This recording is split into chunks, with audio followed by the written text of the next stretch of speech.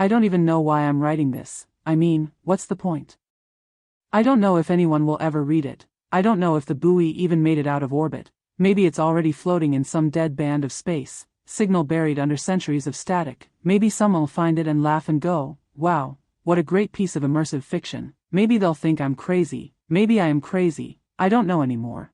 But I can still remember some of it, I think. Which means I have to write it down before I forget like the others did, before it finishes.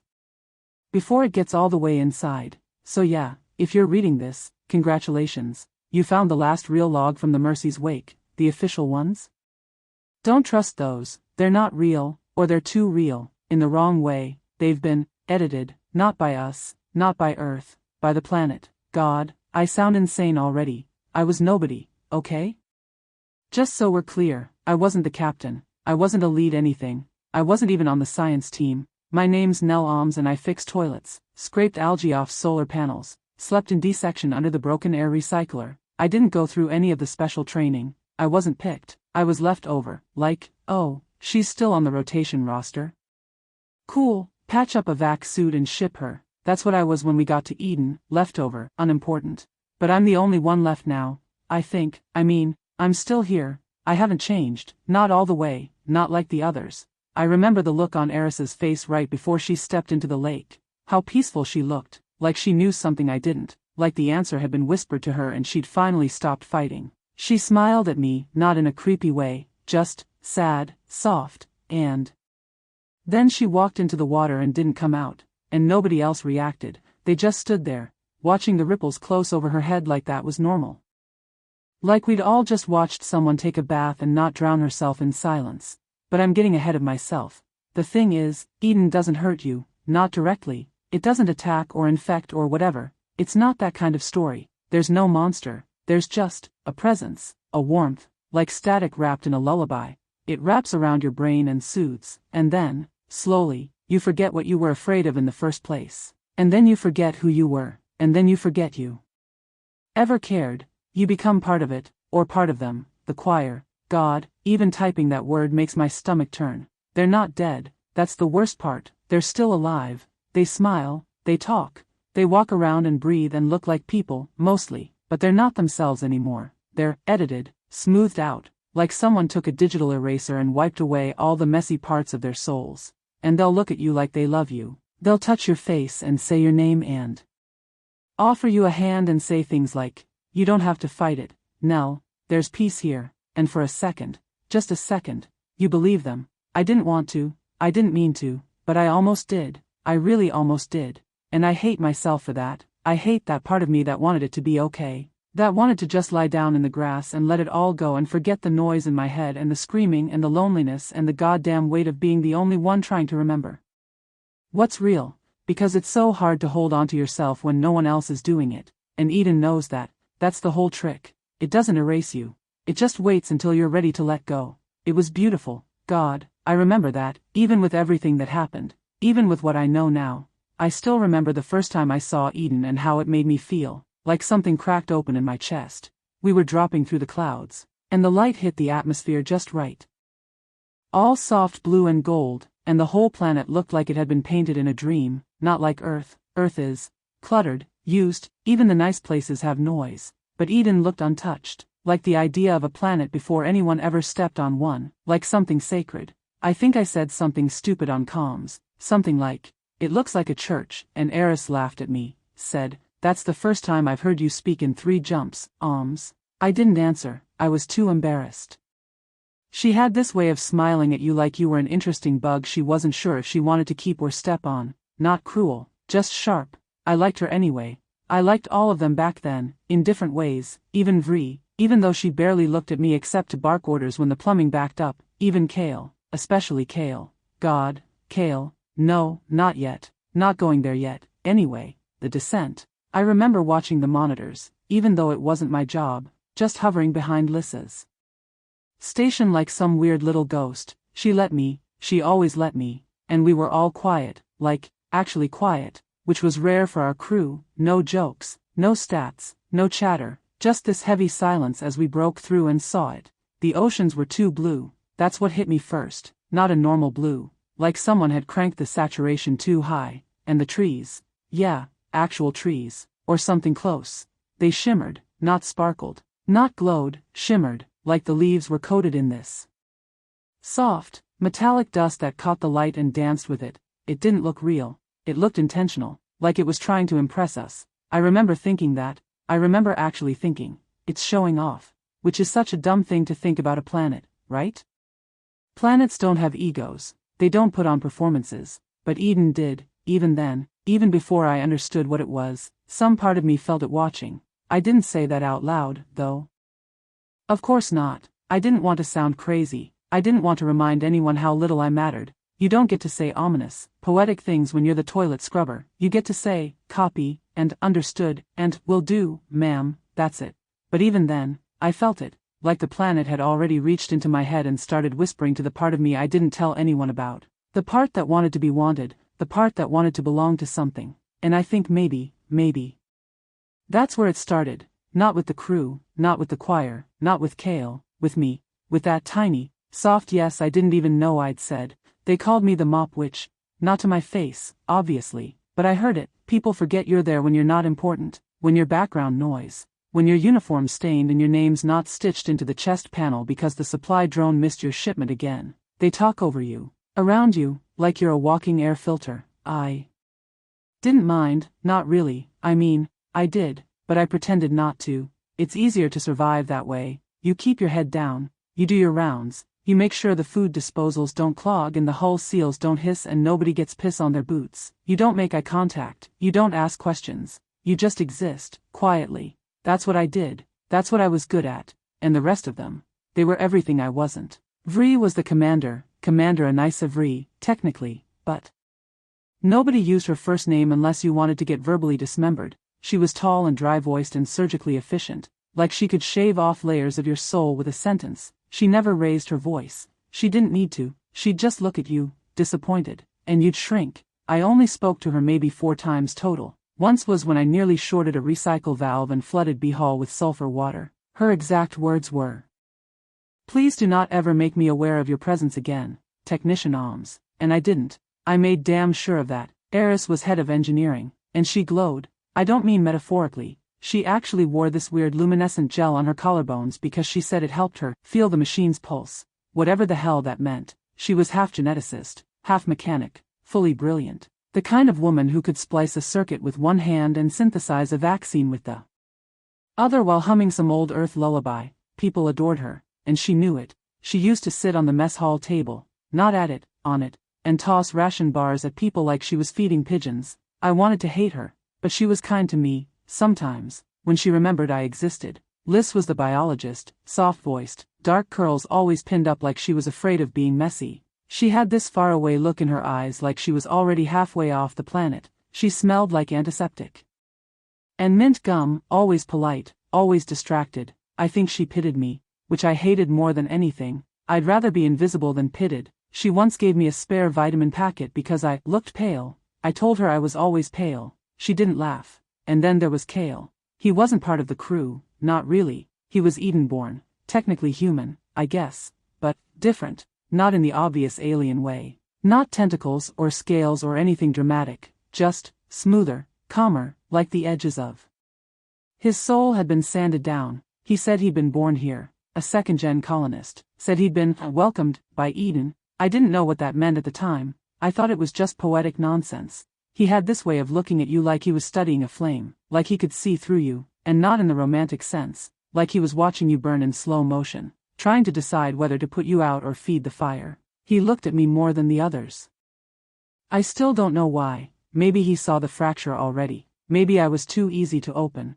Or maybe I was just quiet enough for Eden to hear me first. It wasn't all bad. I feel like I have to say that because it's easy now to rewrite everything in my head, to paint it all in that thick, sticky dread. But there were moments, small ones, little flickers where I felt like I wasn't just the background hum of a ship too quiet to matter. There was this night.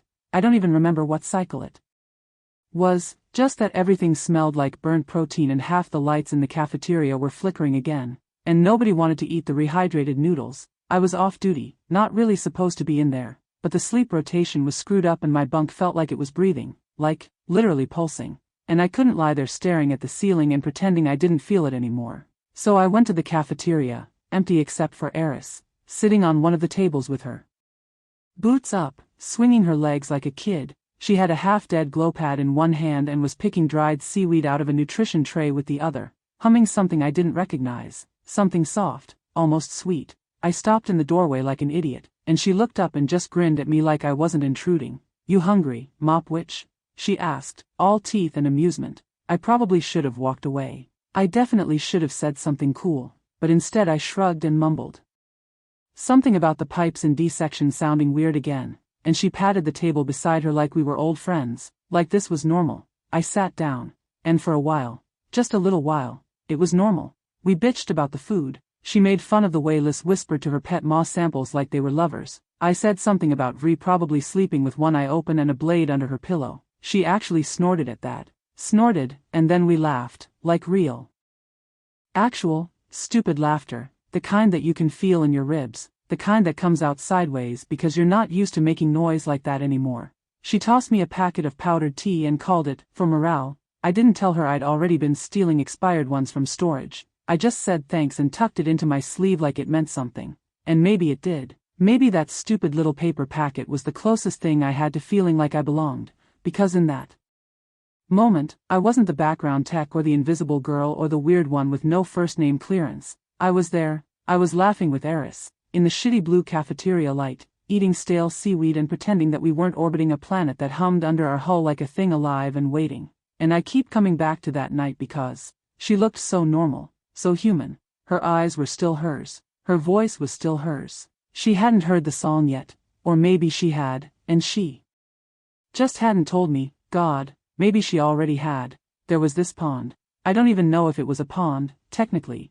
It didn't have an edge like water should. It just faded into the grass. No rocks, no mud, just still, clear surface, flat as glass, like the ground had opened its eyes. I saw it while helping Eris with one of the Terra sensor drones. Well, she was calibrating it. I was just standing there holding a toolkit, pretending to be useful. I wasn't supposed to wander. They kept saying Eden was stable, but half the equipment couldn't get consistent readings and Liz was already arguing with herself about the microflora reacting too symmetrically, whatever the hell that meant. Vri wanted us in pairs at all times. But Eris waved me off and said she'd be back in 5, and I thought, what's the worst that could happen? God, I actually thought that. So I walked, just a little. The grass felt fake, like felt on a school diorama. It didn't crunch, it didn't bend. It just was the kind of green that hurts your eyes if you stare too long, like it knows it's being watched. Then I saw the water, and I walked to it, because of course I did. I was tired and warm and my brain felt buzzy in that way it does when you haven't eaten enough protein paste. I just wanted a moment, something quiet, something still, and there it was, so still. I knelt at the edge, and for a second, just a second, I thought I saw someone behind me, in the reflection, just behind my shoulder. I turned, no one. I looked back at the water, still just me, my face, my messy braid, my half-zipped uniform, same me as always. But then I leaned closer, and something was off. My reflection smiled, just a little. I wasn't smiling, I swear to God I wasn't. I felt blank, tired, but the face in the water, my face, had this small curl at the edge of her mouth, like she knew something I didn't, like she was enjoying the joke. I blinked, sat back hard enough to knock over my toolkit. Wrenches clattered into the moss and I just stared at the pond, breath caught in my throat, waiting. But it was normal again, just water, just my face, just me. So I told myself it was light refraction, a trick of the angle, one of those weird visual echo things. Or maybe I had smiled and didn't notice. People do that, right? Reflexes, nerves. I didn't tell Eris, I didn't tell anyone, because it was nothing. It was nothing, except, when I stood up, the grass under me didn't have any footprints. I didn't notice him at first, which is weird, right? You'd think meeting the only living human from a dead colony would be this moment. Trumpets, wide eyes, everyone clutching each other and whispering, "That's him, that's Kale, he's from Eden." But it wasn't like that. I was elbow deep in coolant sludge behind the hydroprocessor when he first spoke to me. "That smell doesn't suit you," that's what he said. No greeting, no, "Hi, I'm the miracle man born on a ghost planet." Just that, like we'd been mid-conversation and I'd stepped out to puke and came back reeking.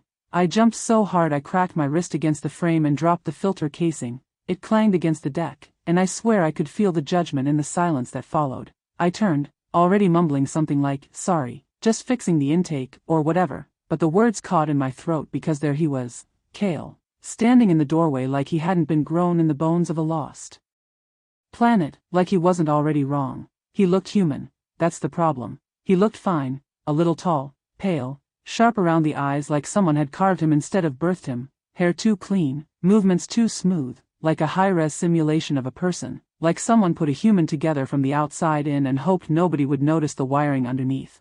But the thing I remember most, the thing I can still feel even now, was how quiet the air got when he stepped into it, not just silent, still, like sound didn't know what to do around him.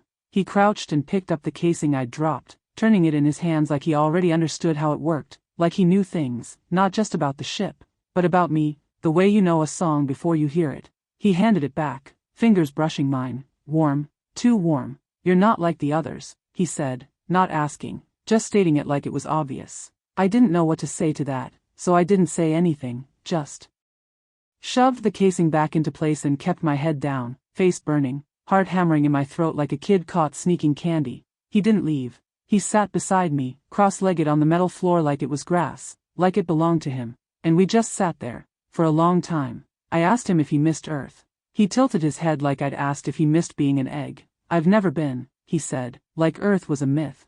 I laughed. I didn't mean to, it just bubbled out of me. This stupid, startled laugh, and he smiled, real slow, like he'd just watched something interesting crawl out of a crack. "You remember too much," he said softly. I didn't understand what he meant. I just shrugged and said, "Not enough to matter," and he looked at me like that mattered more than anything, like I'd said a password without knowing it. He started showing up after that, in the halls, in the green rooms, outside engineering bays when I finished shift, never loud, never intrusive. Just there, watching, listening, smiling that quiet, tilted smile that made me feel seen and exposed and small all at once. I told myself I liked the attention, that someone noticing me, someone finally seeing me, was a good thing, that it meant I mattered. But now I wonder, what was he really looking for? And what part of me was he already peeling away? It started with a routine backup, not mine. I didn't have access to anything important. I was just scrubbing moisture buildup from the junction panel near data storage B. The sealant kept corroding, probably from the air being just slightly off, though Liz swore the biofilters were well within spec, whatever that means when the walls hum at night. Anyway, I was running diagnostics, waiting for the system to cycle, and one of the maintenance logs kept throwing up an error, just a soft blink. Not enough to trigger a flag. Old colony file, pre-contact, labeled echo_3, priv lock, should have been archived, should have been encrypted and buried under system admin keys, but someone forgot to wipe the legacy cache when they docked the Mercy to Eden's orbital tether, or maybe Eden let it stay. I'm not supposed to poke around, I know that, I'm bottom rank. I get 2 passwords and neither of them are for looking behind curtains, but something about it itched, like the file was waiting for someone, or for me, so I cracked it, poorly, sloppily. I used a bypass script I found in a dead technician's personal directory. And I know how that sounds, okay? But it worked. It opened. The file was a video log, glitchy, grainy, time-stamped about 70 years after the Eden colony's official silence, which didn't make sense, because the silence was supposed to be complete after year 50, no outbound signals, no life signs, just one final burst of corrupted data that said, "We survived, don't come." Everyone called it a distress beacon, but it wasn't, not really. The log was short, less than 20 seconds. It showed a woman standing in the middle of a lake. That lake, I think, smiling straight into the camera like she knew who was watching. There were trees behind her, glowing at the tips like they were breathing. She wore something soft and silver and her arms were raised, palms outward, like she was welcoming someone, and her mouth didn't move. But I heard the words anyway, not out loud, not in the log, in me. "We survived, don't come, unless you're ready, unless you remember who you are." Then static, just, gone. I ran the log 3 times, 4, every time it ended in the same burst of digital snow, like something had been wiped, no, burned, out of it, not an error, a cut, surgical, precise, like it was never meant to be seen whole, like the message wasn't for just anyone. I tried pulling up the rest, any other logs, voice notes, manifests, but most were sealed under black bar code, full redactions. Hundreds of files with names like Refrain A and Echo Chorus Delta and integration schedules, no crew names, no locations.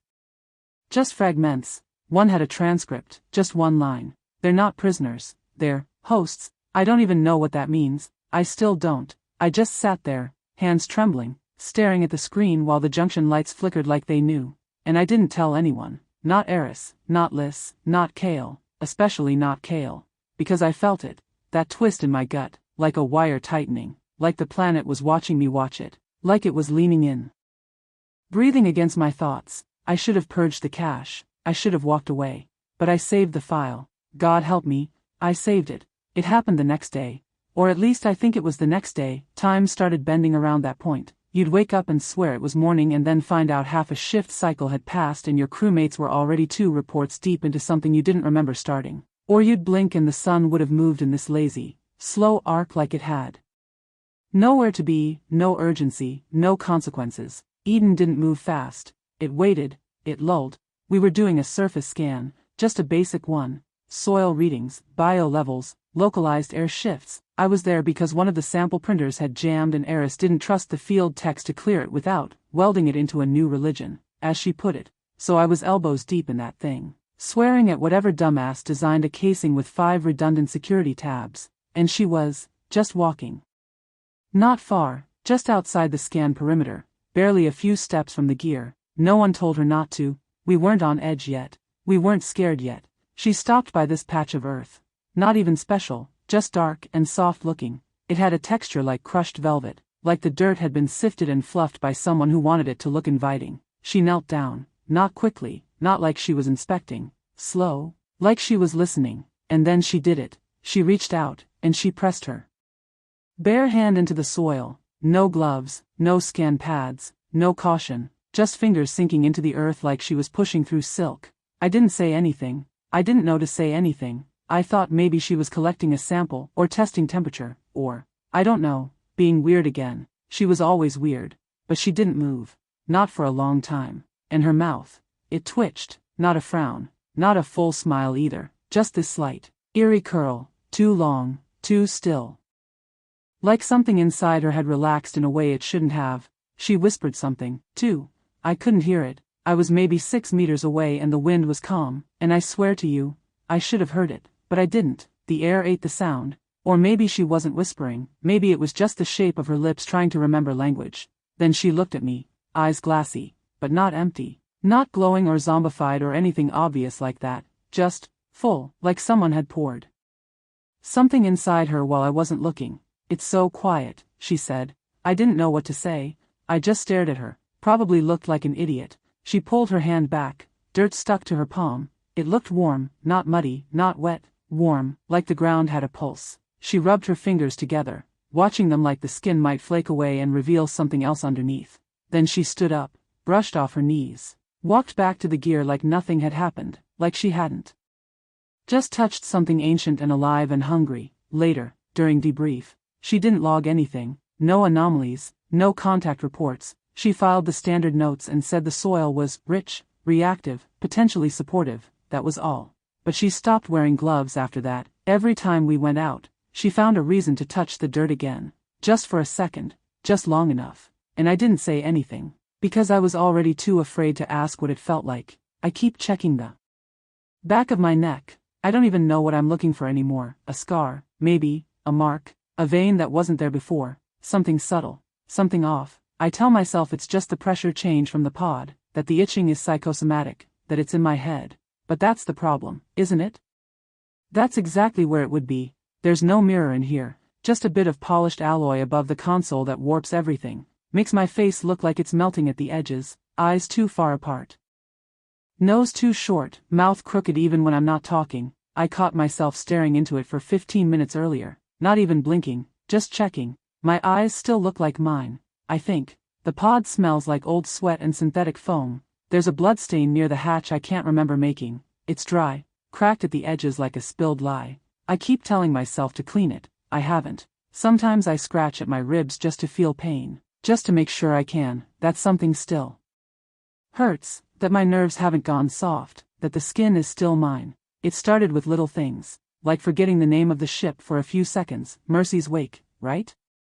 Right, I used to write it on everything. I made jokes about it, called it a funeral in motion, called us all coffins with legs. But then I said it out loud one day, just to myself, just quietly, and it sounded wrong, like a word in a dream. I had to check my own uniform, read the patch 3 times before it clicked. Other things, too, losing time, forgetting steps in routines I'd done 100 times, mixing up faces. I'd see Liz walking past engineering and I'd wave, and she'd smile, and I'd realize, that wasn't Liz, that wasn't anyone. Or I'd find myself halfway down a hallway with no memory of getting up from my bunk, no reason to be there, no tools, no purpose, just standing. The first time I woke up with dirt under my nails, I cried. It was dark, artificial night cycle, and I was alone in storage bay C, curled against a ration crate like a stray animal. My hands were filthy, fingernails black with soil I hadn't touched in days, and my boots were wet, not muddy, just wet. Like I'd been standing in water that left no trace. I told myself it was sleepwalking, stress, nutritional imbalance. I logged a med request, Vri denied it. She said I was operationally stable, whatever the hell that means. But the worst part, the part one can't shake, is that some days, I don't feel scared, some days.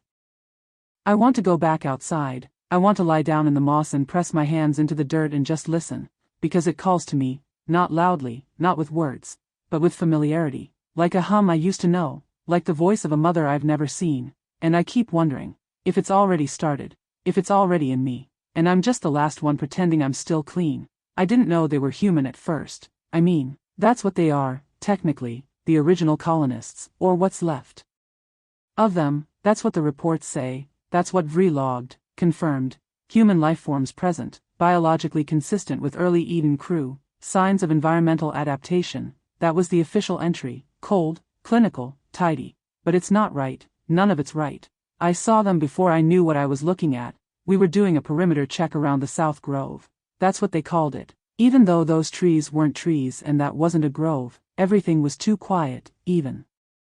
The bugs, if they were bugs, didn't make sound, just little flashes of movement in the underbrush, like static with wings.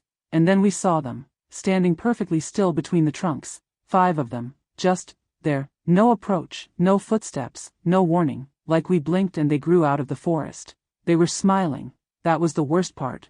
They were all smiling, not grinning, not eerie, horror movie smiles, just calm, like someone had whispered a beautiful secret to them, and they'd accepted it so fully, so deeply, that it rewrote their faces. Their bodies were human, kind of, too symmetrical, no scars, no pores, hair so black it looked painted, eyes too wide, too clear, not glowing or inhuman or anything dramatic like that, just wrong, too still, too knowing. Their hands were folded in front of them, not threatening, not even open, just peaceful, and I felt my legs lock up.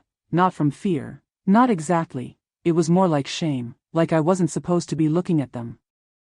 Like I'd interrupted a prayer I didn't understand.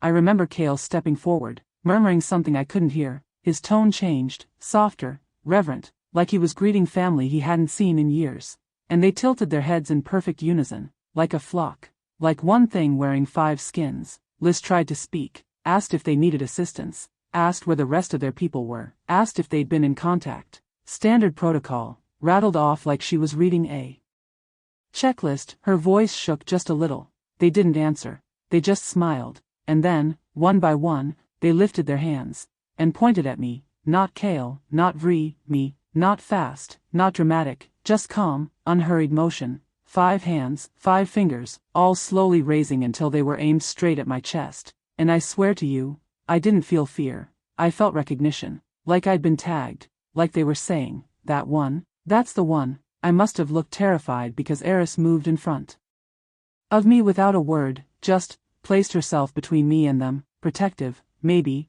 or maybe just curious what they'd do. But they didn't move.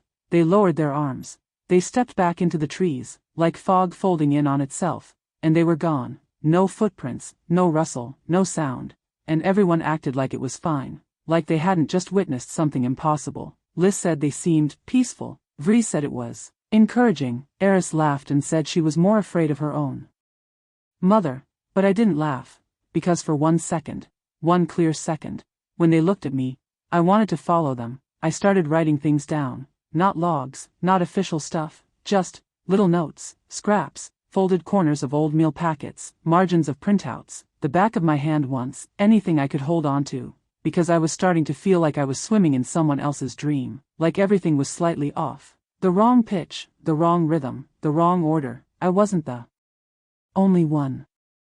Vri called a morning debrief, standard check-in, everyone half awake, half hungover from whatever Eden did to your brain while you slept. I was late, not by much, just enough to catch the tail end of her talking. She was standing at the head of the mess, hands behind her back, rattling off new safety protocols, same tone, same cadence. She even made the same joke about biohazard greetings. The one where you touch helmets instead of hands. It wasn't funny the first time, except here's the thing. I remembered that briefing, word for word, because she gave it 3 days earlier. I'd written it down, not all of it, just the weird phrasing, non-invasive proximity awareness, which I mocked in the margins with a little doodle of 2 stick figures awkwardly kissing through glass. I'm not proud of it, okay? It was dumb, but I remembered it, so when she said it again, exactly the same, not just similar, not close enough, but identical, something inside me pulled tight. I thought maybe she didn't realize, maybe it was a copy-paste mistake in her briefing file or something. I looked around, expecting someone else to notice. Eris, maybe, she's too smart to let that kind of thing slide. Or Liz, who files every memory like a museum exhibit. But no one blinked. They all just nodded along, scribbled fake notes. Vri moved on, like it was the first time. And I sat there, frozen, heart hammering, eyes locked on her mouth.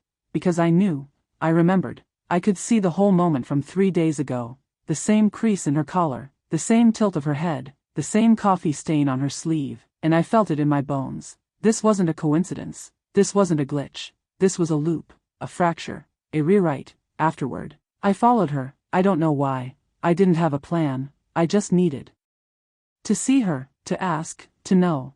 I caught up near the lower stairwell, where the wall plating still buzzes from a grounding fault we never fixed. She was walking slow, too slow for Vri.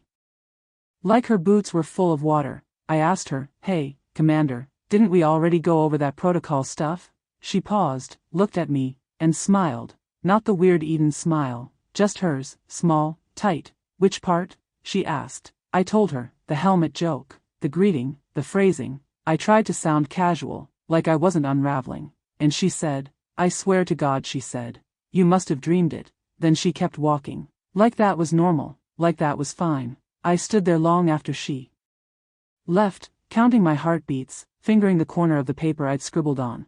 Because if I didn't dream it, and she doesn't remember, then who the hell is keeping track? And how long until I forget?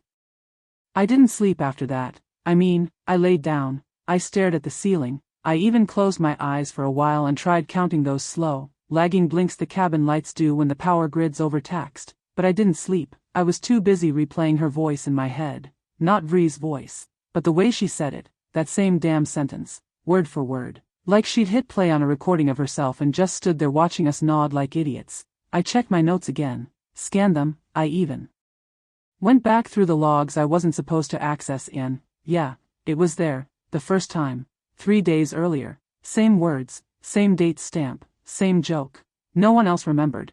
No one else even blinked. I started second-guessing myself so hard I thought maybe I was the broken one. Like maybe I'd glitched. Like I'd started hallucinating out of boredom or stress or microdose mold spores drifting from the air vents or, I don't know, some new form of space madness that targets only me. So I watched her, Vri. I watched her like a creep for the next 2 rotations. Every time she talked to someone, I wrote it down. Every time she issued an order or logged a report or even stood silently in the corridor like she does when she's thinking too loud, I logged it. And then she slipped. I was in the hydroponics wing checking a fluid relay line. The algae tank kept misreporting salinity. I wasn't even supposed to be there. I had reroute detail with Kale, but he didn't show, and I wasn't about to go poking around looking for him, so I went where the air felt safer. Vri was already in there, alone, no gear, just standing in the middle of the walkway like she was waiting for something to finish loading. She was staring at one of the harvest bulbs, bright green, just past sprout. She had this weird look, not confusion, not admiration, just stillness. like the plant was talking and she was trying to remember how to listen. And then she blinked, just once, and jumped, full body jerk. She looked around, confused, saw me, and, I swear to God, she looked afraid for half a second. Commander? I asked, voice all casual like I hadn't just caught her looking like she forgot her own name. She blinked again, fast. Then she said, "What's our ETA on site calibration?" I stared at her, because that was a question from a week ago, from a different room, from a different goddamn mission parameter. I told her I didn't know, that I thought we'd already logged that. She nodded like that made sense, smoothed it over, said something about cross-checking with Liz, then she brushed past me and walked out like nothing had happened. But I saw it, that second, that slip, where her eyes weren't just vacant, they were somewhere else, like she dropped out of her own skull and rebooted, like someone pressed pause, changed the track, and hit play again. I waited until she was gone and ran a local timestamp sync. The sensors in that room? They were off by 12 minutes, no explanation, no interference, just, missing, 12 minutes no one remembers, 12 minutes where the commander of our mission went completely still. And when I checked the security feed for that section, the footage looped, exactly 11 seconds. Repeated over and over like a skipping song. And when I told Eris, she laughed and said, maybe the cameras just forgot, too, like that was funny, like that was normal. But I remember. I don't know why I went outside again. I think I told myself it was for parts. Something about a cracked vent housing in the comms array, maybe. Something breakable and familiar. Something that would give me a reason to be out there. A reason I could say out loud without hearing how insane it sounded. I told Vri and she nodded, too quickly, like she was relieved I had an excuse, too, like we're all making excuses now. I didn't take a scanner. I didn't wear my gloves. I walked out through the south airlock during golden hour. If you can even call it that here. The light on Eden isn't like real light. It's soft, but not kind. It wraps around you like a warm lie. You want to believe in it, even when you know better. The moss had grown thicker since the last time. I swear it wasn't that lush before, and the vines, the pale blue ones that coil low to the ground, they moved just a little when I stepped over them, not pulled by wind. There wasn't any, they just moved. But I kept walking, past the outer marker, into the grove. The trees aren't trees. They look like trees. Tall, with these smooth, glassy trunks and leaf clusters that shimmer like old film reels.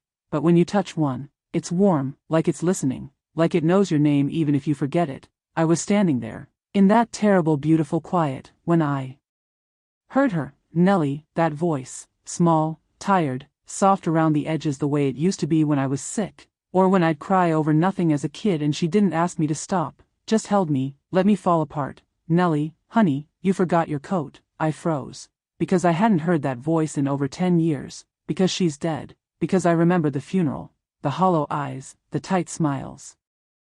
The smell of synthetic lilies that stuck to my coat for weeks after. I remember her hand in the casket, cold, too light, like her bones were already dust and the skin was pretending. But the voice was right, it was right, same lilt, same hum under the vowels, same little breath catch on my name like it still surprised her I'd grown up. I turned, there was no one, just the trees, just the light, and then, asterisk, sweetheart, you left your book again, asterisk. The wind didn't carry it, there was no wind. The voice was inside the green, inside me, like my own brain had reached backward and shaken something loose. I don't know how long I stood there. I think I cried. I think I said something, maybe I begged, maybe I cursed, I don't remember. I just know my knees hit the dirt and I let my hands sink into the moss because I didn't care if it was dangerous anymore. I didn't care if it wanted something from me.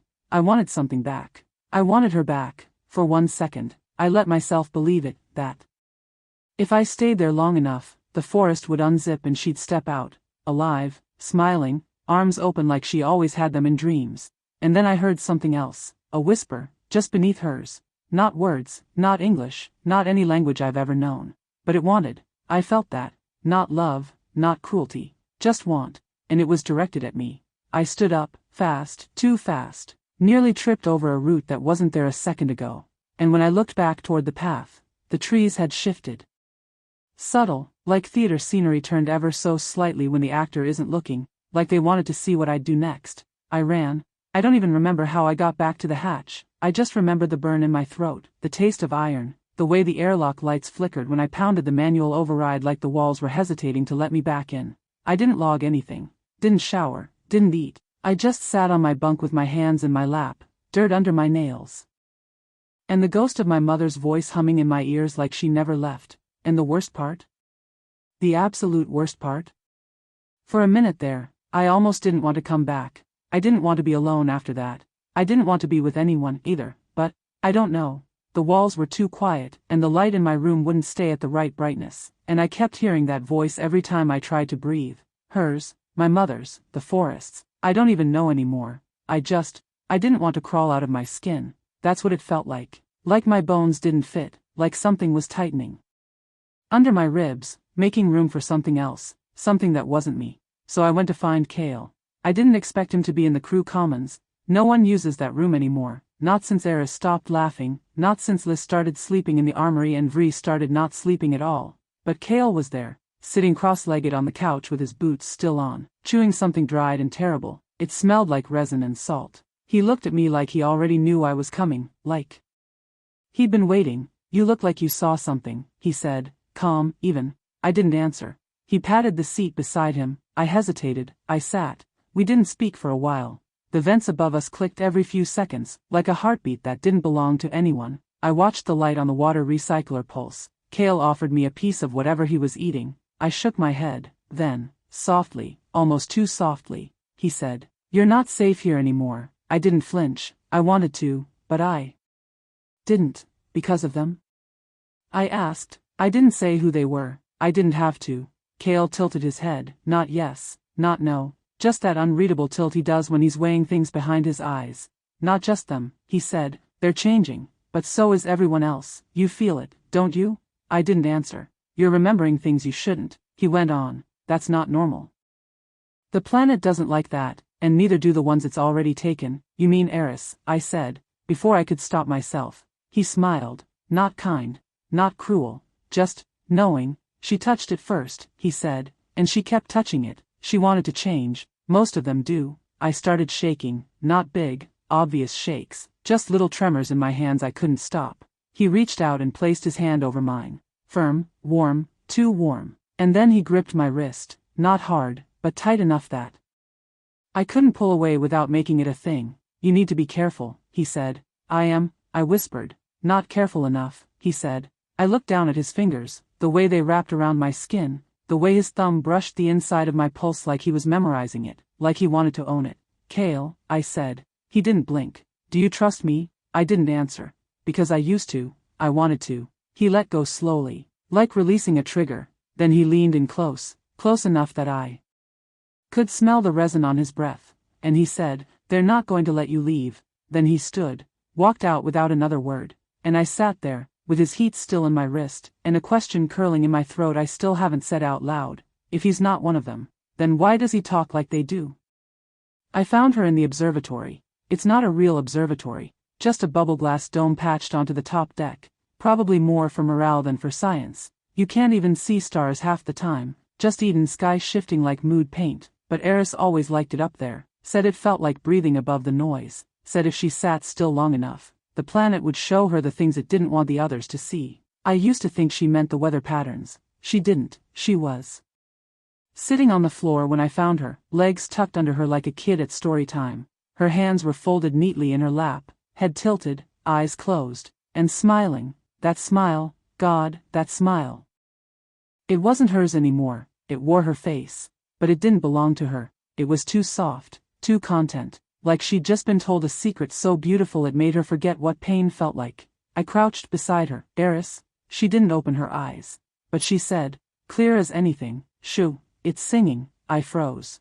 What's singing? She turned her head slightly, like I'd asked something obvious. It doesn't have a name, she whispered. Names are cages. It doesn't like cages. Her voice was calm. Too calm, no edge, no fear, not even that usual sarcasm she carried like armor. Just peace, artificial peace. Eris, it's me, I said, like that would mean something. She opened her eyes then, and looked straight through me. I know, she said, like it hurt to say it. You're the noise it keeps talking about.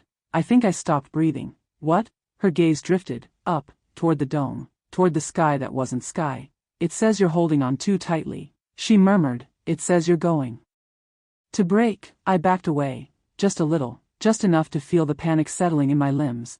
You don't have to do this, I said, stupidly, whatever this is. You don't have to let it in. She looked at me again, really looked this time, and something flickered in her expression. Something sharp, almost human. I didn't let it in, she said softly. I asked. That broke me a little, because she wasn't being manipulated. She wasn't being controlled. She chose this, and I didn't know what to do with that. I grabbed her hand, held it, felt how still she was, how warm, how wrong. Please, I whispered, come back. She squeezed my fingers, gentle and absent. Back where? She asked, like she couldn't even remember what that meant. Then she closed her eyes again, tilted her head back, and kept listening, like I wasn't even there, like I never had been. And I sat on the floor next to her for a long, long time, holding the hand of someone who used to be my friend.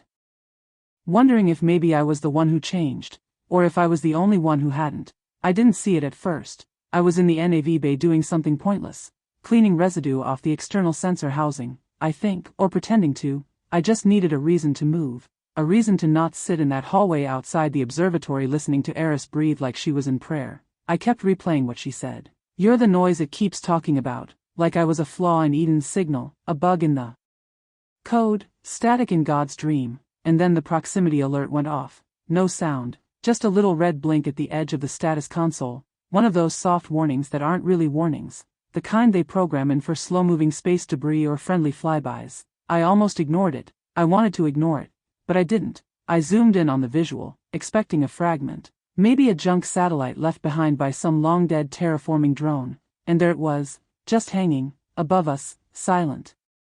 Black, wrong, it looked like nothing. No, that's not right. It looked like absence, like something missing from the sky, like the stars themselves had burned a hole through space and the hole refused to be filled. No markings, no lights, no ports or engines or recognizable structure. Just a shadow, a perfect oval, long and narrow like a seed, or a sarcophagus. And it wasn't orbiting. It wasn't drifting. It was stationary, dead center above Eden's southern hemisphere, locked in place like it had always been there, and we were just now remembering to notice. I checked the motion logs. Nothing, no entry, no approach trajectory, no alert from long-range sensors. It didn't arrive. It was just there, like it had been watching us the whole time. My stomach dropped, not the kind of drop you get from fear, something deeper, older, like my body knew something my brain didn't, like my blood recognized it before my eyes did.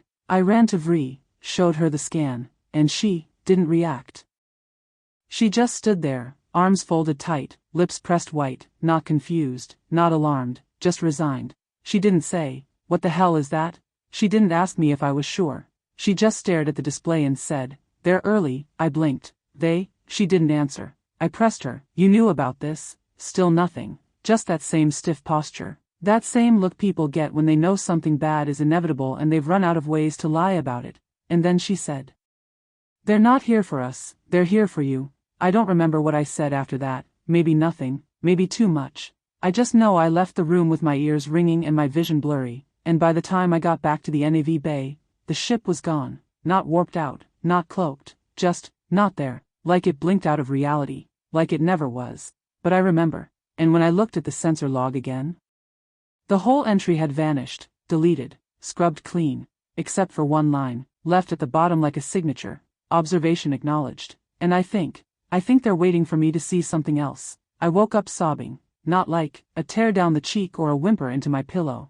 I mean sobbing, gasping, choking. My throat was raw and my chest felt like someone had carved a hole through the middle and left it open to space. I couldn't breathe. I couldn't think, just pain, full-bodied, all consuming grief that felt too big to fit inside me. Except it wasn't mine. I don't know how I knew that. But I knew. I've cried before, real tears, for real things, when my mother died, when I failed my first deployment test, when Eris kissed me that night on Deck 3 and then pretended it never happened. I know my sadness. I know what it tastes like. This was different. This grief didn't know my name. It felt older, not ancient. Not that sci-fi myth bullshit, just tired, like a scream that had been echoing too long in a body that didn't know how to stop screaming. I sat up, shaking, drenched in sweat that wasn't entirely mine. My bunk light flickered. Low power mode, maybe, or maybe something else. I don't even check anymore. The moment I sat up, it stopped. The crying, the grief, just cut off, like someone yanked a plug out of my spine.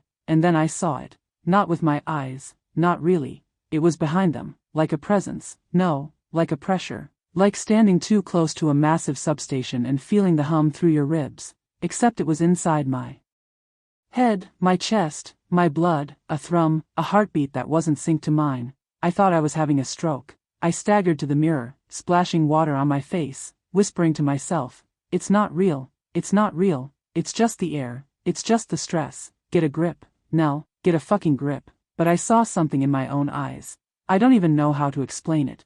They looked used. Like I'd just seen something unspeakable from behind them, like someone had borrowed me, looked out through me. And when I blinked, just once, I felt something blink back. I fell to my knees, not from pain, from understanding. And I hate that, because it wasn't words, it wasn't a vision, it wasn't Eden whispering in my mother's voice or Kale standing too close or Eris humming in the observatory like the planet was her lover now. It was just a feeling, and the feeling was this: we remember you. I should have been terrified. I should have run to Vri or grabbed a scanner or tried to record something or anything, but all I did was whisper, like an idiot, "Why me?" And the feeling shook. Not anger, not judgment, sadness. Because you haven't changed yet, and then it was gone, not faded, gone, like a light flicked off inside the soul of the room, and I was alone again. Except I'm not, am I? Not really, because something is watching, and I think it's waiting for me to break. It smelled like burnt plastic and copper. That's the first thing I remember, not the sound. Not the screaming, though there was screaming, somewhere, maybe mine, just the smell. It hit me before anything else, thick, acidic, final, like something was being erased from the world and the air didn't know how to carry it properly. We were just doing maintenance, just routine shit, the kind you do when you're pretending everything's fine. Just me, Liz, and Dell. We were outside the south perimeter, checking the comm relay repeaters. Making sure Eden hadn't overgrown them again. The moss likes to crawl. We'd laugh about it, call it ambitious landscaping. We thought we were being funny, we thought we were being in control. Dell spotted it first, a stone, about the size of his fist, wedged between two roots, perfectly smooth, perfectly round, like someone placed it there on purpose. But Eden doesn't do symmetry, it grows, messy, wild, natural. This wasn't that. He crouched, picked it up without gloves. I didn't stop him. I should have. I should have. His breath caught, just for a second, like he'd seen something, heard something. I asked if he was okay. He nodded, smiled, but not at me, not really, not with him. It was the kind of smile people wear when they've already decided to go. Then he stood, and calmly, like he was turning off a light, he opened the emergency flame torch. We didn't even realize what he was doing until he'd already activated the ignition. Liz screamed. I couldn't move. He didn't yell, he didn't flail. He just stood there while the flame engulfed him, stone still in his other hand, held away from his body like it needed to see what was happening. And I swear I heard him whisper something before the fire swallowed his lungs. Better to die as myself, he said, before it sings to me. We tried to put him out. Of course we did. Liz nearly tore her gloves off. I screamed for foam, for medkits, for anything. But it was over in seconds. He was gone before his knees hit the moss. And when the fire burned out, the stone was gone. Not cracked, not melted, just gone. And the moss beneath his body? Still green, still soft, not even scorched. I didn't talk to anyone for the rest of that rotation, not Vri, not Kale, not even Eris. I just sat in the corner of the hab dome and stared at my hands like they weren't mine, like maybe I was next, maybe I'd already touched something without knowing, maybe it was already inside me, rewiring my thoughts like roots through a skull. That night, I wrote Dell's name on my wrist with permanent marker, just his name, no date, no rank, no sentiment, just proof that he was real, that I remembered. And the next morning? It was gone, washed off, maybe, sweated off in sleep. That's what I told myself. But I checked the linens. No ink, no smudge, no trace, nothing, like I'd dreamed him, like he was never there.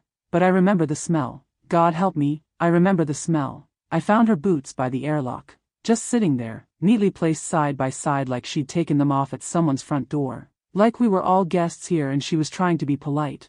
Vri never left her boots, not even when she was off duty, not even when her ankles swelled from long rotations or when the heat vents under her bunk malfunctioned. She said keeping them on kept her ready. That was the word she always used. Ready, like at any second, The forest might lurch toward us and she'd have to run. I used to believe her. I picked one up. It was still warm. The lock was disengaged, manual override, logged by her own ID, no coercion, no tampering. Just her choice. I followed. God help me, I followed. The moss was damp and soft under my boots, too soft, like it knew I didn't belong. The forest was humming again, not loud, not a song exactly, but something with rhythm, something with breath, and the light. I hate how beautiful the light is, how it filters through the glass leaf canopy like cathedral-stained glass, pale blue and gold and lavender.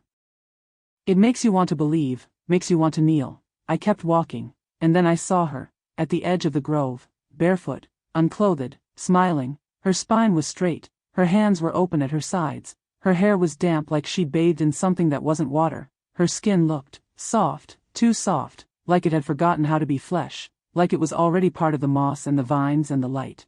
I called her name. She didn't flinch, just tilted her head slightly, like she was listening to something I couldn't hear. Commander, I said, louder this time. Vree, come back. Still nothing. I took a step forward, and she finally looked at me, and, I don't know how else to say it, she glowed, not in a visual sense, not some sci-fi shimmer, she just felt luminous, like the gravity around her had shifted. I'm not your commander anymore, she said gently. Vree, I whispered, please, you don't have to be afraid. She said, it only hurts when you resist. I asked her what she meant. She didn't answer. Instead, she turned, slow, deliberate, and walked forward into the trees. And they opened for her. The vines curled back like curtains, the moss parted beneath her steps, the whole forest leaned toward her like she was the sun. And then I saw them, the choir, dozens of them, maybe more, standing just beyond the veil of trees, silent, watching, their faces, calm, too calm, like they'd never known fear, or anger, or grief, like those emotions had been drained out and replaced with stillness. One of them reached out, and Vree took their hand. She didn't turn back, didn't say goodbye, didn't leave a message, or an order, or a plan. She just went, and I stood there, boots sinking into the wet moss, hands shaking so hard I couldn't even lift them to wipe my face. And the worst part? Some small, traitorous part of me wanted to follow. I let her in. That's the part one keep chewing on, that I let her in. I opened the hatch. I moved the crates off the cot so she could sit. I handed her the fucking tea. I thought she just needed somewhere quiet, someone not fused to Eden's rhythm, someone still real. God, I was so stupid. I remember her voice first, that too soft voice she used back on the Deadless, when she was still cracking jokes and skipping diagnostics because, we're not dead yet, are we? I remember how it scratched at something soft in me, something that still wanted to believe someone was still human. She didn't say much. She just sat there, eyes hollow, like she hadn't slept in days. Maybe she hadn't, maybe none of us had, not really. She said she just wanted to talk, just wanted to sit and pretend, for a little while, that the world wasn't melting under our feet. I gave her tea, a stupid little ceremony I'd clung to since the first supply run, some dehydrated leaves from Earth, not even good ones, bitter as hell, but it was something. It made the walls feel solid again. It made me feel like me again. She watched me drink. She didn't drink hers. I didn't notice. I should have noticed. We talked, about Eris, about Vree, about Dell, the missing names, the blank logs, the holes. We talked like we were still two people and not echoes on a dying ship. And then I started feeling slow, not dizzy, not lightheaded, just slowed down, like someone was pulling me underwater. Thought by thought, my hands went numb first, then my tongue. I blinked at her. She didn't blink back. She just tilted her head and said, I'm sorry, I couldn't watch you keep fighting it, and I couldn't speak. I tried, my lips moved, I know they moved, but the words stayed stuck somewhere behind my teeth. It's not hurting us, Nell, she said, it's giving us something bigger. I just want you to see. She touched my arm, gentle, almost loving, then she placed something small and cold in my palm. I couldn't see it clearly, my vision had gone glassy, like the air between us was thickening. You need to feel it properly, she whispered. I remember her face, how calm she looked, how sincere, like she thought she was saving me. And then, the walls started breathing, not literally, I don't think, but they flexed, just slightly, just wrong. The air folded around itself, the light melted. I could feel something growing inside my skull, crawling down the back of my neck like roots learning my name. I saw things. My mother's hands. But they were made of ash, Kale's eyes, except they weren't eyes anymore, just stars collapsing inward.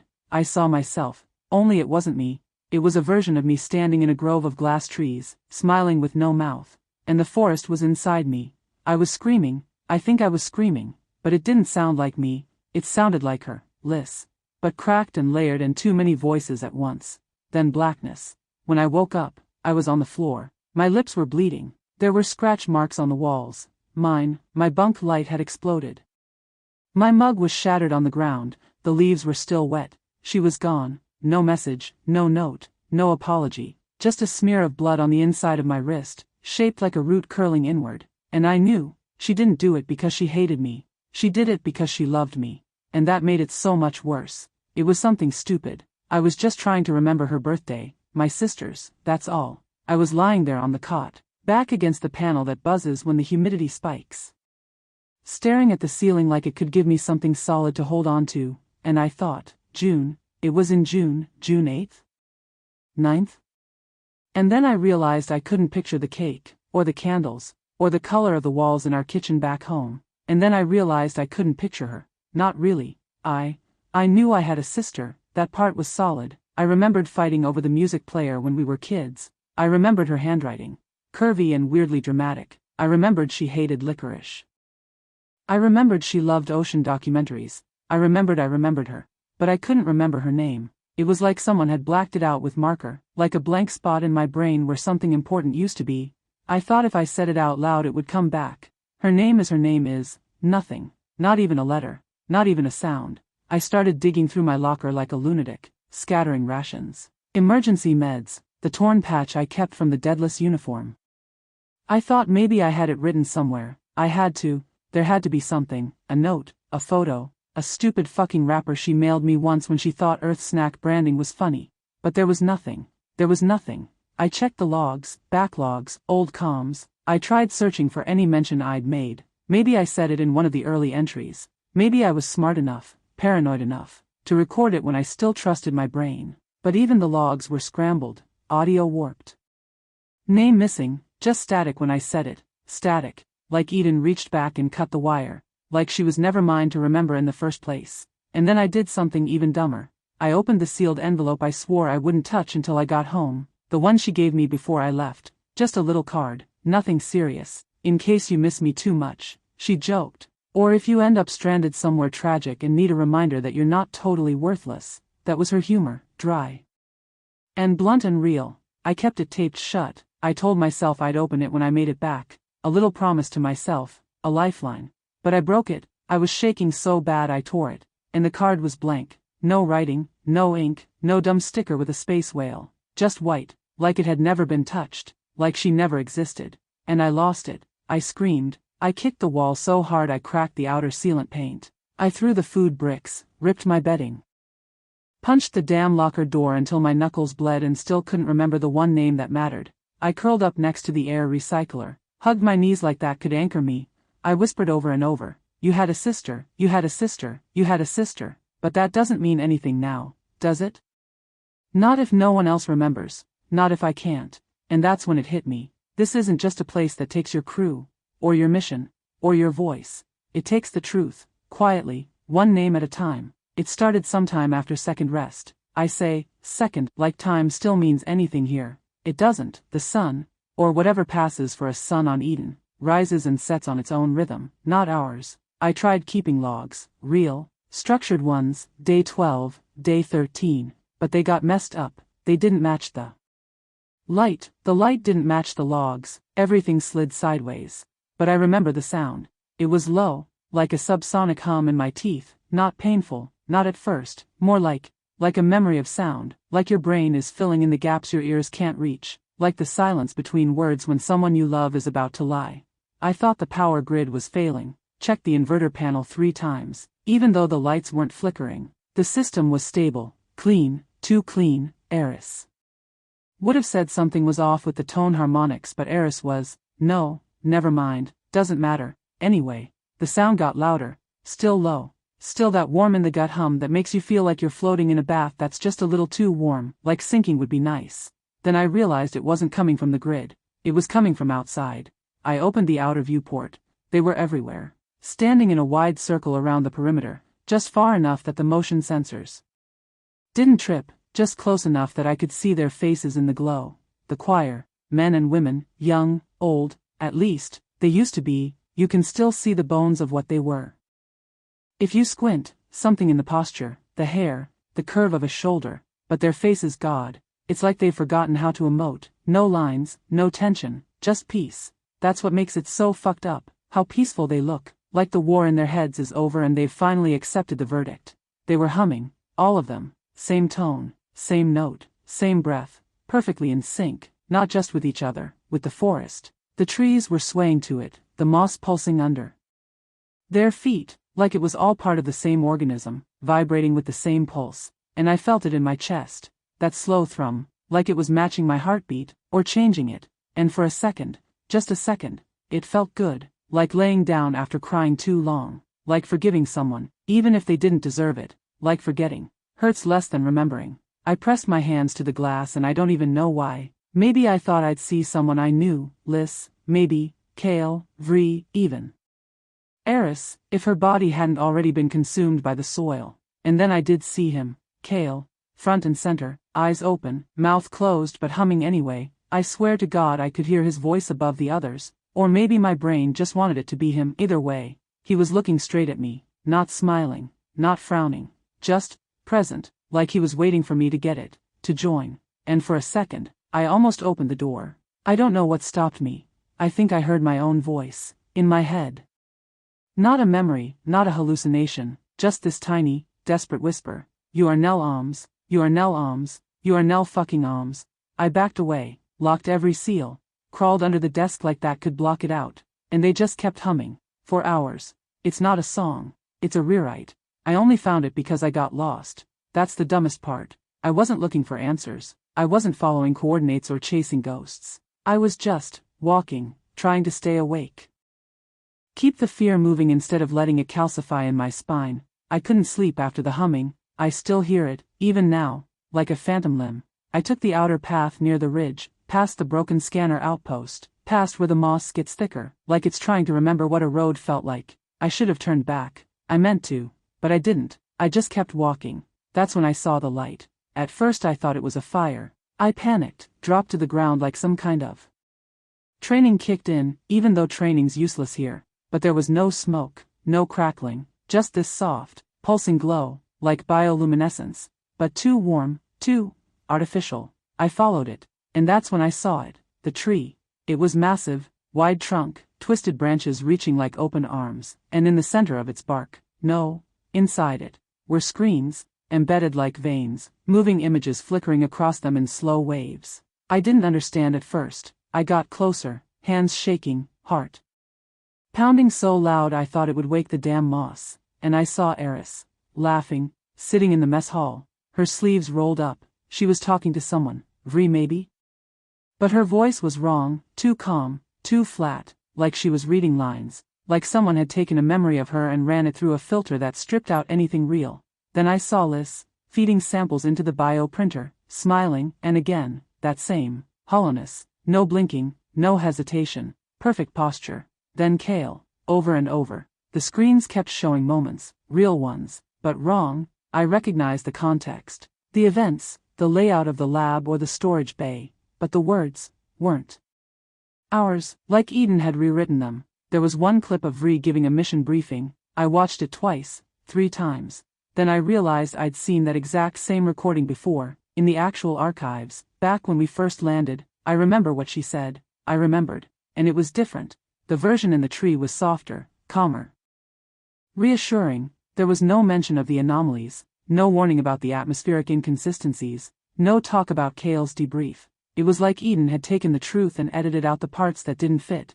Not deleted, just rewritten. I don't even know how long I stood there. I think I started crying. I don't remember making the sound, but my face was wet, my throat hurt, my knees were locked. I didn't want to blink because I was afraid if I did, I'd end up in one of the screens, not watching, stuck, frozen in some perfect lie. And then the screen showed me, just for a second, me, sitting in my quarters, smiling, calm, talking about how grateful I was to be here, how I felt seen, valued. that never happened. I never said that. And the thing that makes me want to scream is, I almost believed it. Just for a second, I almost believed I'd been happy, like the tree knew how to write better than I ever did. He was waiting for me when I got back, just standing outside my quarters. Like it was the most normal thing in the world, like we were still on the deadlist and everything was protocol and containment fields and boring nutrition bars and I wasn't unraveling at the seams. I didn't even flinch. I should have flinched, should have run or screamed or done something besides just stare, but I didn't. I just stood there, dirt still on my boots from the archive tree, dried blood under my fingernails from where I clawed at the trunk trying to peel the screen open, and he looked at me like I was the one who'd changed. "Are you tired?" he asked. I laughed. I actually laughed, like, full breath through the nose, the kind of laugh that's not really a laugh, more of a reflex. "That's your opener?" I said, after watching my entire brain crack in half. "Are you tired?" Cale didn't blink. Of course he didn't. He just tilted his head a little, like a bird, like something studying me. "You've seen it now. The weight doesn't have to stay on you." I backed up half a step. My heel hit the bulkhead. "Nowhere to go."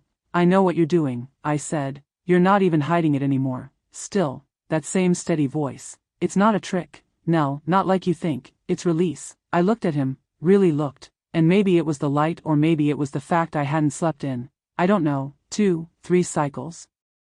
But for a moment I almost believed him, because he looked peaceful, like a man who'd finally stopped fighting himself, not blissful, not cult happy, just done. And part of me wanted that. God, part of me still wants that. "No more loneliness," he said. "No more grasping for names that don't matter anymore. No more trying to prove you were here." And then, like it was the most natural thing in the world, he reached out his hand. "I'll remember you," he said. "If you let go, I'll remember for both of us." I almost did it. I wanted to. I'm not proud of that, but it's the truth. Because I looked into his eyes, and I didn't see lies. I saw relief, like drowning and finally letting the water close over your head. And I thought, what if he's right? What if all this clawing at the truth, all this stubborn remembering, is just making it worse? But then, I thought of my sister, or what's left of her in my head, that missing name, that empty gap where a person should be, and I realized if I took his hand, she would never come back, not even the ghost, not even the ache. "I'd rather rot in my own head than be happy in someone else's," I said. I didn't even know I was going to say it until it came out. Cale didn't look angry or sad, just quiet. He lowered his hand. "You won't hold on forever," he said. "No one does." Maybe he's right. But I shut the door anyway, and I locked it, twice. I don't remember falling asleep. Or maybe I didn't. Maybe they just waited until I blinked too long, and that was enough. The shrouded don't knock. They don't beam down or shimmer or glow or hum like the choir. They don't even arrive. They just are. I never saw one move, not really. I just turned around one day, and it was standing there, tall and wrong and featureless, like a hole in the world wearing the shape of a man. But this time, it was in the room, with me. I was curled on the floor, still in the same clothes from the Cale thing, still shaking, still whispering names I'd already lost, and I looked up and it was there. No face, no sound, just presence. I didn't speak, I couldn't. It reached out, not with a hand, because it didn't have hands, but something touched my mind, like someone gently pressing down on a bruise you forgot you had. And then I wasn't in the room anymore. I was in space, orbit, looking down at Earth. I knew it was Earth because my body remembered it, that curl of blue, the shape of the continents, the soft shimmer of cities under cloud. But something was wrong. There were no satellites, no ships, no traffic, no transmissions, no pulses of light or heat or anything, just silence. And then it zoomed, not literally, I know that, but the image snapped closer, like being yanked through a telescope with your whole soul. I saw New York, or where it used to be, gone, just green. Nature had taken it back. Trees through buildings, rivers through asphalt, no signs, no carvings, not even bones. Then Shanghai, then Nairobi, then Sao Paulo, all erased. Not ruined, not bombed or rotted or burned, just forgotten. Like someone had brushed a hand over the map and smoothed everything clean. There was no history, no markers, no language, no echoes, just forest, ocean, sky, earth, without us. And then, this part's hard, I saw a child, running barefoot through a field that used to be something important, maybe a memorial, maybe a city, I don't know. They stopped to pick something up, a little black square, a data drive. I recognized the model, military issue. The kid turned it over in their hands like it was just a rock. No understanding, no reverence, no recognition. Then they tossed it into the grass and kept running, like we never existed, like we were just a glitch the planet had finally healed from, and I think that was the point. The shrouded weren't threatening me, they weren't warning me, they were showing me what comes next. If Eden finishes the song, if I stop fighting, if I forget, then we disappear, not with war, not with fire, just with quiet. God, it's so much worse than dying. I sent it anyway, even though I knew, that was the thing. When the shrouded showed me Earth, I felt it in my chest, like a door had quietly shut behind me and nobody even heard the click. But I still did it, still patched into the old relay channel, still dragged the portable unit all the way to the cliff above the ravine, the one spot where the trees thinned just enough to maybe, bounce a signal through the dust layer. I sat there shaking with the mic in my lap like it was some ancient relic, some holy object that used to matter, and I remember thinking, what the hell do I even say? Hey Earth, it's Nell, remember me? Maintenance crew, background extra, the girl who cleaned the biopumps while the real heroes cracked Eden's code. No one was listening, but I said it anyway. I said, if anyone's out there, I'm still here, I haven't changed yet, I don't think. My name is Nell Aames and I remember who I was, I remember Earth, I remember my sister's name, I wrote it down just in case, I taped it to my chest, her name is, and I stopped, because I couldn't read it, because the paper was blank. No, I wrote it. I remember the ink bleeding when I cried on it. I know I did. I tore it off and screamed and threw it and picked the mic back up and just kept talking because I couldn't stop, because I couldn't let that be the end. Please respond. Send a drone, a ping, a breath, anything. Just so I know I didn't hallucinate you. Just so I know Earth's still real and I didn't dream my whole goddamn species. Static. Not even static, really, just silence wearing static skin. I waited an hour, then 2. I sang to stay awake. I peeled bark off my fingers just to feel something. Then I checked the relay log. No response, no acknowledgement, no record of the transmission even leaving. I think it went out. I think it had to. But Eden's clever. Maybe it caught it mid-air. Maybe it clipped the signal like a fingernail and slipped something else in its place. I tried again, 3 more times, different frequencies, different channels, old Earth clearance codes. Nothing. I watched the sun, or whatever it is, set in total silence, and I knew what it meant. No one's coming, no one remembers, and no one's ever going to. I ran. I didn't plan it, didn't pack, didn't even grab rations.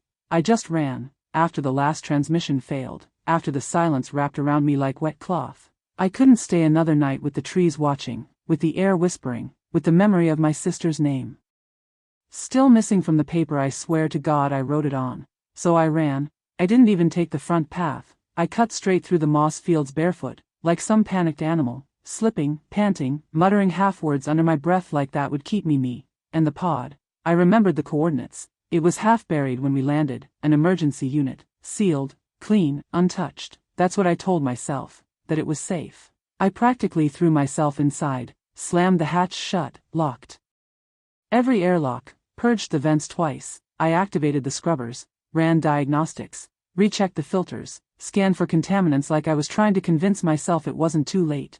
I mean, I knew, but I had to believe it, just for a second. I had to let myself pretend I could still leave. It was cold inside, dusty, the emergency lights were that soft sterile blue, like the deadless med bay. It felt like breathing a memory. I collapsed against the wall and cried for God.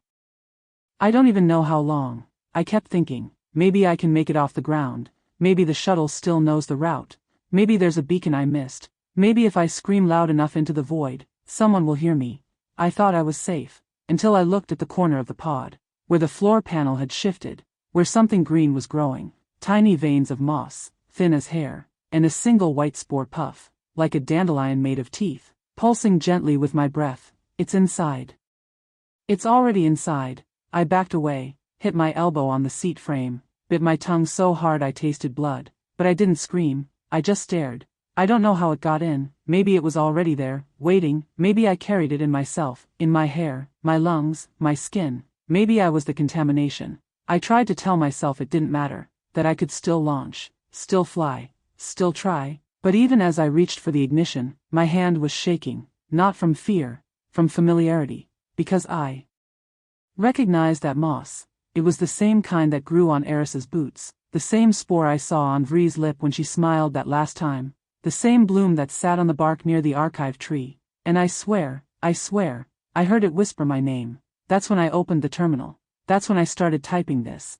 Because if I die, if I forget, if Eden takes me, at least someone will know I tried. At least someone will remember I was here, even if that someone is you, whoever you are, wherever you are, if you're still human, if you still remember what that word means. I keep thinking about the strawberries, not the ones we grew on Eden. Those were too red, too sweet, too perfect, like they'd been photoshopped into my mouth. No, I mean the ones from my grandmother's garden, the old earth kind, the kind with uneven skin and tiny green heads and a bitterness near the stem you had to chew through anyway. Except now I'm not sure that was my grandmother, or my garden, or earth. I see it so clearly. Though, her cracked hands, the dirt under her nails, the way she'd flick the leaves like they were misbehaving, I remember the smell of the hose water hitting hot concrete, I remember getting stung by a bee and crying, and she kissed my knuckles like I was still 3, even though I was too old for that, wasn't I? God, what if that memory is just some kind of collage Eden made? A comfort file, a personality snack. What if none of it is mine? I swear I remember it, but then yesterday, I was trying to write it down, just to anchor myself, and I couldn't remember the name of the town, or what her voice sounded like, or if I'd ever even eaten strawberries before the ones on Eden. I want to scream, I want to punch through the glass, I want to feel something real. I bit the inside of my cheek until it bled just to prove I still could. It tasted like metal and shame. What if I am the rewrite? What if all this entire rant, this confession, this pathetic scraping at the wall of myself, is just part of the edit? A little artifact in the system, like a skipped word in a bad dub? What if I'm not even Nell anymore? What if there never was a Nell? I used to think remembering made me stronger, that holding on to the truth, even the ugly truth, was what separated me from them, from the choir, from Kale, from whatever Eris became. But what if that's the lie Eden told me? What if this insistence on memory is just another layer of the script? I don't know what parts of me are me, I don't know if I'm fighting it or already gone, I don't know if I'm confessing to you or performing for no one, God, I want to go home, and I don't know if I ever had one. I'm so tired, but I'm not done. I didn't want to matter. That's the thing I keep circling back to, like, if I just admit it out loud, maybe something will click into place. Maybe it'll explain why I never fought harder, why I kept my head down and did my stupid little tasks and let everyone forget I was there. I wasn't brave. I wasn't clever, I was maintenance, I was background. I liked being background. No one asked me to make decisions. No one cared where I sat. I could eat at the edge of the mess hall, earbuds in, fixing the coffee dispensers like a ghost. I liked it that way. I liked being the one nobody noticed. I was safe there. God, I didn't even sign up for this mission because I wanted to see Eden. I just wanted the hazard pay. I wanted to pay off my brother's stupid debt and maybe move somewhere quiet. I didn't care about humanity's legacy, or first contact protocols, or any of that poetic bullshit they said over comms. I was just the person who fixed the vents, the person who scraped algae off the hydration filters, the person who nodded and smiled when people forgot my name. I didn't want to matter. But then Eden started taking them, and somehow I was the one who noticed first. Or maybe just the one who remembered longest, and suddenly I had to matter. Suddenly every silence in the logs, every strange smile, every skipped minute was mine to record, mine to interpret, mine to carry. Do you know what that feels like? Going from invisible to essential, and not because you're special, but because everyone else has either left or forgotten how to scream? I didn't want to be the one telling this story, I just didn't want it to vanish, and now I'm the only one left who can tell it, so of course, I finally matter. Too late to matter to anyone that's still alive. I think I miss them. God, that sounds insane, doesn't it? After everything, after all the things I said, after everything they became, everything they did, I should hate them. I do hate them, sometimes, I think. But sometimes I remember things I wish I didn't, like Eris. She had this laugh, this sharp, cackling thing that filled up the hallway when she thought no one was listening. She used to sing when she worked, really badly, like aggressively out-of-key versions of old pop songs piped through the ductwork. She'd flick tools at me with a wink when I handed them wrong, like it was some kind of game, useless but adorable. She used to say, I never knew if that was an insult, maybe both, probably both. I remember Vri too, in the command seat, always upright like her spine was forged from iron. She used to run drills even when no one wanted to, even when it made everyone groan, even when I rolled my eyes and thought she's such a hard ass. But she cared, she was trying to hold it all together, she'd glare holes through us, but you could see the edge in her voice when someone got hurt. When Eris cut her hand once, Vri carried her to medbay, didn't say a word, just picked her up like a child and walked. Even Kale, who probably wasn't even Kale anymore by the time I met him, I still don't know. But he used to tilt his head when I talked, like he was really listening. He'd say things like, "That feeling, hold on to that." And it didn't make sense, but it did, somehow. He offered me soup once, like, real soup, not processed goop or protein packs. He said it was from before what? He never answered. I still don't know if he was lying. I don't know if any of it was real. Maybe it was just Eden puppeting their voices through old bones, laughing at my grief. Maybe it put those memories in me to soften me, to make me want to give in. Maybe that laugh wasn't Eris's. Maybe it never was. But if it was real, if even one moment was theirs, then I think I miss them. Not the way they ended, not the choir. Just the flicker of who they were, the hint, the heartbeat, the spark. Before the surrender, I think I miss people who don't exist anymore. I think I loved them, a little, and maybe that's the worst part. I almost did it. That's the part one haven't said, the thing I keep walking circles around like it's some locked room in my head with blood under the door. I almost let go. I wanted to. It wasn't some dramatic standoff, no screaming or struggle, no noble resistance. No last stand, it was just a quiet moment, one of those in-between moments where no one was looking and I didn't feel like myself anymore, and I thought, maybe I don't have to fight so hard to stay someone I'm not even sure matters. I remember standing in the mist, barefoot, my fingers brushing the moss, and it was humming under my skin, humming in my skin. It felt like something was waiting for me to say yes, that was all. Just yes, and I could stop being Nell Aames, I could stop remembering things that hurt, I could be warm, I could be quiet inside. And I almost said it. I almost gave it all up, my name, my sister, Eris's laugh, the ache in my teeth when I grind them in my sleep, the smell of coolant and burnt soy pack, and the way Vri used to whisper her own name like a shield. All of it, gone, just peace. And maybe it wouldn't have even hurt. Maybe it would have been like sinking into warm water and letting it close over your face and not fighting the breath. Maybe it would have been better, because I'm so tired, God, I am so tired of remembering things no one else will. I'm tired of fighting Eden with a brain that keeps glitching, with a mouth full of other people's words, with my own memories slipping out the back of my head like sand from a cracked jar. So yeah, that's the confession. That's the ugly, stupid, pathetic truth. I want to forget, so badly. Sometimes I think it would be a mercy. Sometimes I still think about walking back into the trees, just once more, just long enough to stop feeling like the last broken light bulb in a room full of dying stars. And if I'm being honest, I still don't know if I won't. If you're still here, if you read all of that, I don't know whether to thank you or apologize. I didn't write this for pity, or forgiveness, or whatever you think this is supposed to be. I needed someone to remember me right. Not like a report. Not like a malfunction, just, as a person. And I needed someone to know. Really know. Because someday, another ship will wake up and see Eden shining like a pearl in the dark, and the crew will get the signal. Clearer this time. We survived. But they'll ignore the second part. They always do. They'll see the calm, the beauty, the quiet faces of the choir and think, this is peace, and they'll land. And they'll start to forget. And they'll never know they were loved, that they had names, that they laughed and failed and fought and mattered. And I can't stop it. I'm just a girl in a dead pod, whispering into nothing. But if you hear me, if this somehow reaches anything human, anything real, then listen. Please don't come. That's all that's left of us. I can feel it now, under my skin, the song. I don't know how much longer I'll remember. If this reaches you, remember me, even if I don't.